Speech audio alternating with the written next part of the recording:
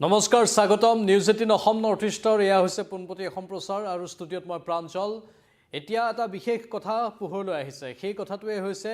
যে আমেৰিকাৰ অতি ভয়ংকৰ আক্ৰমণ ৰোধ কৰিবলৈ ইৰাণ কেনেধৰণে সাজু হৈছে খৰ্গ দ্বীপৰ কথা বহুতেই জানে ইৰাণৰ এই খৰ্গ দ্বীপটোৰ বহুত তাৎপৰ্যপূৰ্ণ ভূমিকা আছে বিশেষকৈ তেলৰ ৰপ্তানিৰ ক্ষেত্ৰত 90% তেল ইৰাণৰ এই খৰ্গ দ্বীপতে উৎপন্ন হয় যিবোৰ ৰপ্তানি কৰা হয় এটা বৃহৎ অংশ ইৰাণৰ তেল এটা তেলক লৈ যেহেতু গোটেই বিশ্বত জোকাৰণিৰ সৃষ্টি হৈ আছে তেলৰ নাটনি হৈ আছে তেলৰ সংকট হৈ আছে বিভিন্ন দেশত বিভিন্ন বিশ্বৰ বিভিন্ন প্ৰান্তত বহু উদ্যোগ প্ৰতিষ্ঠান বন্ধ হৈ পৰিছে এই তেলবোৰ বেছি সংখ্যকে মানে বিশ্বৰ অধিক হাৰত যদি তেল ইৰাণে যেহেতু ৰপ্তানি কৰে আৰু সেই অধিক হাৰৰ ভিতৰত 90% তেল উৎপন্ন হয় খৰ্গ দ্বীপ নামৰ এই অঞ্চলটোত আৰু সেই খৰ্গ দ্বীপ দখল কৰিবলৈ আমেৰিকাই চেষ্টা চলাই আছে আমেৰিকাই সামৰিক অভিযান চলাই খৰ্গ দ্বীপ দখলৰ বাবে যি চেষ্টা চলাইছে সেই অভিসন্ধি সেই চেষ্টাক মখিমূৰ কৰাৰ বাবে ইৰাণ কেনেধৰণে সাজু হৈছে তাৰে অলপ বিৱৰণী আপোনালোকে আমাৰ এই পোনপটীয়া সম্প্ৰচাৰৰ জৰিয়তে গম পাব আমি ইতিমধ্যে কৈছোঁ যে বিশ্বৰ বজাৰলৈ এই খৰ্গ দ্বীপৰ পৰা বৃহৎ অংশ তেল প্ৰেৰণ কৰা হয় গতিকে এই দ্বীপটো সুৰক্ষিত ৰখাটো ইৰাণৰ অৰ্থনীতিৰ বাবে অতি গুৰুত্বপূৰ্ণ বা অপৰিহাৰ্য ইৰাণৰ অৰ্থনীতি নহ'লে ধ্বংস হৈ যাব যদি এই খৰ্গ দ্বীপটো কিবা কাৰণত আমেৰিকাই দখল কৰিবলৈ ধৰে এতিয়া কি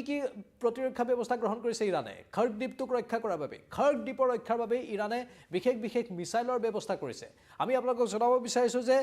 ইৰাণে দ্বীপটোৰ চাৰিওফালে এক শক্তিশালী মিছাইল নেটৱৰ্ক গঢ়ি তুলিছে দ্বীপটোৰ চাৰিওফালে এই মিছাইল নেটৱৰ্ক গঢ়ি তোলা হৈছে আমাৰ হাতত যিটো ৰিপৰ্ট আছে সেই অনুসৰি আপোনালোকক কৈছোঁ ইয়াত উন্নত মানৰ ভূমিৰ পৰা আকাশলৈ নিক্ষেপ কৰা মিছাইল যাক SAM আৰু জাহাজ ধ্বংসী ক্ৰুজ মিছাইল সেইবোৰ মোতায়েন কৰা হৈছে এই দ্বীপটোত এই মিছাইলসমূহে যিকোনো শত্ৰুপক্ষৰ জাহাজ বা বিমানক লক্ষ্য কৰি ল'ব পাৰে যাৰ বাবে ইৰাণে তাত এই প্ৰতিৰক্ষাৰ অত্যন্ত গুৰুত্বপূৰ্ণ অংশটোক গুৰুত্ব দি তেওঁলোকে মিছাইলৰ মনোনিৱেশ কৰিছে আৰু মিছাইল তাত সংস্থাপন কৰিছে যাতে অত্যাধুনিক মিছাইলেৰে জাহাজ অথবা যিকোনো আকাশমাৰ্গেৰে অহা আক্ৰমণ যাতে ৰোধ কৰিব পাৰে শত্ৰুপক্ষক মুঠতে মখিমূৰ কৰাৰ বাবে এই বিশেষ ব্যৱস্থা গ্ৰহণ কৰা হৈছে সাবমেৰিন জাহাজ বা যিকোনো ফাইটাৰ জেট তেওঁলোকে যাতে ধ্বংস কৰিব পাৰে ইফালে ভূগৰ্ভস্থ সুৰংগ আৰু আন কেতবোৰ ব্যৱস্থা মাইনৰ স্তৰীয় প্ৰতিবাদ বা প্ৰতিৰক্ষা ক্ষমা কৰিব এই মাইনৰ স্তৰীয় লেয়াৰিং মাইন্স বুলি কোৱা হৈছে লেয়াৰিং মাইন্সৰ কথা কেনেকুৱা ধৰণৰ লেয়াৰিং মাইন্স এই লেয়াৰিং মাইন্সবোৰ সাগৰত স্থাপন কৰা হৈছে আৰু সাগৰত এনেধৰণে স্থাপন কৰা হৈছে যাতে সাগৰীয় ফালৰ পৰা বা সাগৰীয় পথেদি যদি কোনোবা শত্ৰুপক্ষ বিশেষকৈ আমেৰিকা বা ইজৰাইলৰ জাহাজ আহে সেই সাগৰীয় জাহাজবোৰক ধ্বংস কৰাৰ বাবে এই লেয়াৰিং মাইন্সৰ মানে মাইনৰ স্তৰীয় প্ৰতিৰক্ষা ব্যৱস্থা গঢ়ি তুলিছে ইয়াত ৰিপৰ্টটোত কি কোৱা হৈছে সমুদ্ৰ পথেৰে হ'ব পৰা আক্ৰমণ ৰোধ কৰিবলৈ ইৰাণে পাৰ্চিয়ান উপসাগৰৰ অগভীৰ পানীত অগণন সামুদ্ৰিক মাইন নেভেল মাইন্স বুলি যাক কয় সেই নেভেল মাইন্স পাতিত হৈছে এই মাইনবোৰ বিভিন্ন স্তৰত স্থাপন কৰা হৈছে যাতে শত্ৰুৰ নৌসেনাৰ জাহাজ বা সাবমেৰিন মানে কেৱল জাহাজেই নহয় জাহাজ আৰু সাবমেৰিন সহজে যাতে দ্বীপটোৰ ওচৰ চাপিব নোৱাৰে এই খৰ্গ দ্বীপটোৰ ওচৰ চাপিবলৈ আমেৰিকাই পাৰ্যমানে চেষ্টা কৰিব কাৰণ বহুতে এই বুলিও সন্দেহ প্ৰকাশ কৰিছে যে আমেৰিকাৰ মূল লক্ষ্য হৈছে ইৰাণৰ গোটেই তৈল ভাণ্ডাৰবোৰ দখল কৰা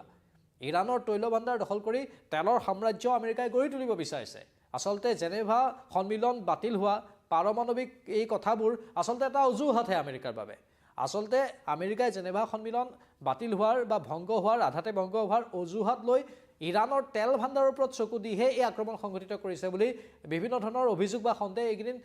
শুনি আছোঁ আমি আৰু তাৰ বাবেই হয়তো আমেৰিকাই এই খৰ্গ দ্বীপটোৰ ওপৰত বিশেষ লক্ষ্য কৰি খৰ্গ দ্বীপটোক দখল কৰিবলৈ চেষ্টা কৰিব বা কৰি আছে যাৰ বাবে ইৰাণে এইখিনি পদক্ষেপ গ্ৰহণ কৰিছে এইবোৰ সাগৰীয় মাইনৰ কথা ক'লোঁ আমি মিছাইল প্ৰতিৰক্ষাৰ ব্যৱস্থা কৰাৰ কথা ক'লোঁ আৰু এইবাৰ আন এটা বিশেষ ব্যৱস্থা ইৰাণে গঢ়ি তুলিছে সেই ব্যৱস্থাটো হৈছে ভূগৰ্ভস্থ সুৰংগ আৰু বাংকাৰৰ ব্যৱস্থা ৰিপৰ্টত কি আহিছে আমেৰিকাৰ বিমান আক্ৰমণৰ পৰা বাচিবলৈ ইৰাণে খৰ্গ দ্বীপত গভীৰ ভূগৰ্ভস্থ বাংকাৰ আৰু সুৰংগ নিৰ্মাণ কৰিছে ইয়াত তেওঁলোকে নিজৰ গুৰুত্বপূৰ্ণ সামৰিক সঁজুলি আৰু কমাণ্ড চেণ্টাৰসমূহ সুৰক্ষিত কৰি ৰাখিছে এইটো এটা অত্যন্ত গুৰুত্বপূৰ্ণ বিষয় যদিও নিৰাপত্তা সংক্ৰান্তীয় বহুতো বিষয় গোপনীয় ৰূপত ৰখা হয় কিন্তু কিছু তথ্য সন্মুখলৈ আহে সেই তথ্যৰ আধাৰতে আমি এইখিনি কথা সদৰি কৰিছোঁ যে তেওঁলোকে ভূগৰ্ভস্থ সুৰংগ আৰু বাংকাৰৰ ওপৰত সেই খৰ্গ দ্বীপত বিশেষ গুৰুত্ব দিছে ড্ৰোন আৰু চোৰাংচোৱা নিৰীক্ষণৰ ওপৰতো বিশেষ গুৰুত্ব দিছে ড্ৰোন আৰু চোৰাংচোৱা নিৰীক্ষণত কি আছে ইৰাণে দ্বীপটোৰ নিৰাপত্তাৰ বাবে নিৰন্তৰ ড্ৰোন ব্যৱহাৰ কৰিছে। এই ড্ৰোনবোৰে উপসাগৰীয় অঞ্চলত আমেৰিকা বা আন মিত্ৰশক্তিৰ নৌসেনাৰ গতিবিধিৰ ওপৰত চকু ৰাখে। ইয়াৰ উপৰিও ইৰাণৰ ওপৰত আত্মঘাতী ড্ৰোন আৰু কামিকেজ ড্ৰোনছ বুলি যাক আমি কওঁ, সেই কামিকেজ ড্ৰোনছ আছে যিবোৰে প্ৰয়োজন হ'লে শত্ৰুৰ জাহাজত খুন্দা মাৰি ধ্বংস কৰিব পাৰে। মানে আত্মঘাতী ড্ৰোনো তেওঁলোকে ৰাখিছে যাতে শত্ৰুৰ জাহাজ বা ফাইটাৰ জেট সেইবোৰত যাতে সেই ড্ৰোনবোৰে আক্ৰমণ কৰি নিজেও ধ্বংস হ'ব আৰু শত্ৰুপক্ষকো ধ্বংস কৰি দিব, তেনেধৰণৰ ড্ৰোনো তেওঁলোকে ৰাখিছে। ইফালে গেৰিলাৰ যুদ্ধ কৌশল, পোনপটীয়া যুদ্ধত আমেৰিকাৰ সৈতে সমানে যুঁজ দিয়াটো কঠিন বুলি জানি ইৰাণে এচিমেট্ৰিক ৱাৰফেয়াৰ বা গেৰিলা যুদ্ধ কৌশলৰ ওপৰত গুৰুত্ব দিছে। তেওঁলোকৰ ক্ষিপ্ৰবেগী সৰু সৰু নাওবোৰে ফাষ্ট এটেক ক্ৰাফ্টছ বুলি যাক কোৱা হৈছে ইংৰাজীত, জুম পাতি শত্ৰুৰ ডাঙৰ জাহাজক আক্ৰমণ কৰাৰ পৰিকল্পনা কৰিছে। ইৰাণৰ এইটো এটা পৰিকল্পনা। ইফালে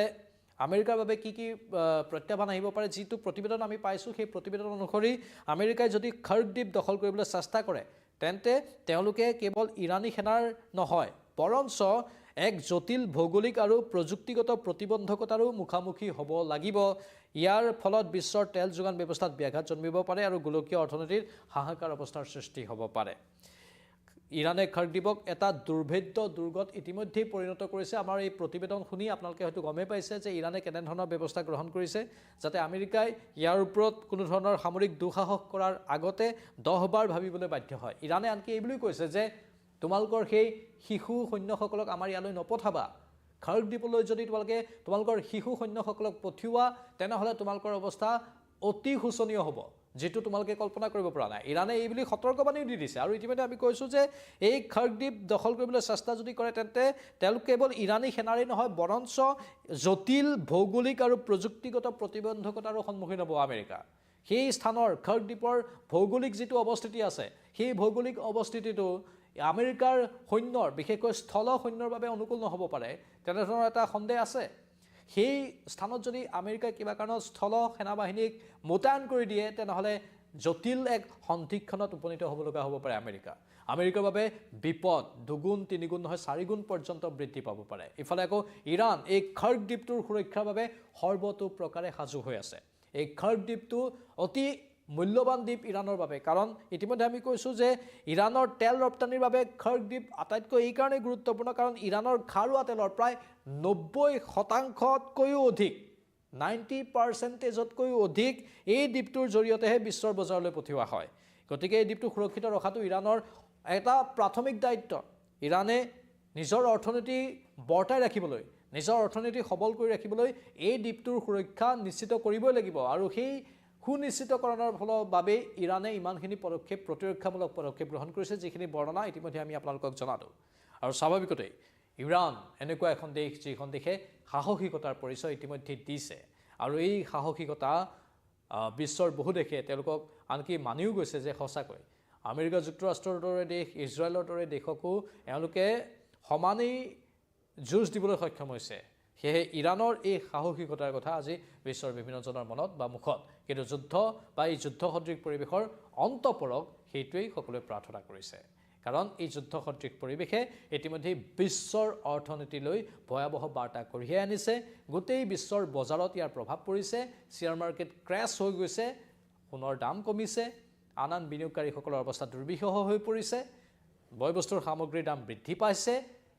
ঔষধ বা এনেধৰণৰ সামগ্ৰীৰ দাম বৃদ্ধি পাইছে। আগন্তুক দিনত হয়তো ব্যক্তিগত খণ্ডৰ বৃহৎ বহুজাতিক প্ৰতিষ্ঠানে চাকৰিৰ পৰা মানুহ হয়তো ছাঁটাই কৰিবও পাৰে, তেনেধৰণৰ আশংকাও প্ৰকাশ হৈ গৈছে। সেয়েহে আমি আশা কৰিম সকলোৱে, প্ৰাৰ্থনা কৰিম সকলোৱে যুদ্ধ অন্ত পৰক। আপোনালোকৰ মতামত কি কমেণ্ট বক্সত কমেণ্ট কৰি জনাব। এই মুহূৰ্তৰ